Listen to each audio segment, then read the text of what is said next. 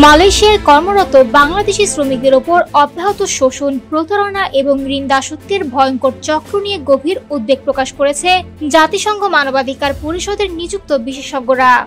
Geneva থেকে শুক্রবার প্রকাশিত এক বিবৃতিতে তারা জানান, বাংলাদেশি শ্রমিকদের বিরুদ্ধে পরিচালিত এই শোষণ এখন নিয়মিত, সুসংগঠিত এবং উদ্বেগজনকভাবে বেড়ে চলা একটি মানবাধিকার সংকট। জাতিসংঘ জানিয়েছে, মালয়েশিয়ায় বহু শ্রমিক মিথ্যা প্রতিশ্রুতি, অনিয়মপূর্ণ নিয়োগ প্রক্রিয়া, পাসপোর্ট জব্দ এবং চুক্তির শর্ত ভঙ্গের কারণে বিরাট ঋণের বোঝা নিয়ে জীবনযাপন করতে বাধ্য হচ্ছেন। তথ্যে উঠে এসেছে, Bangladesh overseas employment and services limited অর্থাৎ BOSL এর মাধ্যমে নিয়োগপ্রাপ্ত হাজার হাজার কর্মী সরকার অনুমোদিত ফিয়ের চেয়ে 5 গুণেরও বেশি অর্থ পরিশোধ করেছেন।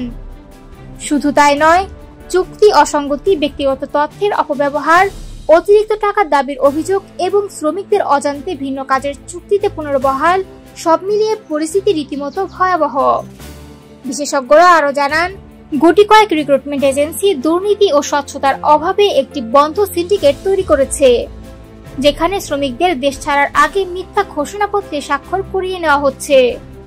এই অবস্থায় জাতিসংঘ দুই দেশ, বাংলাদেশ ও মালয়েশিয়া সরকারের প্রতি বেশ কিছু জরুরি পদক্ষেপ নেওয়ার আহ্বান জানিয়েছে, যার মধ্যে রয়েছে রিক্রুটমেন্ট এজেন্সিগুলোর ওপর কঠোর নজরদারি, শ্রমিকদের জন্য কেন্দ্রীভূত চাকরি পোর্টাল চালু, নিয়োগকে সম্পূর্ণ নিষিদ্ধ করা এবং শোষণমূলক নেটওয়ার্ক ধ্বংসে কার্যকর দ্বিপাক্ষিক ব্যবস্থা।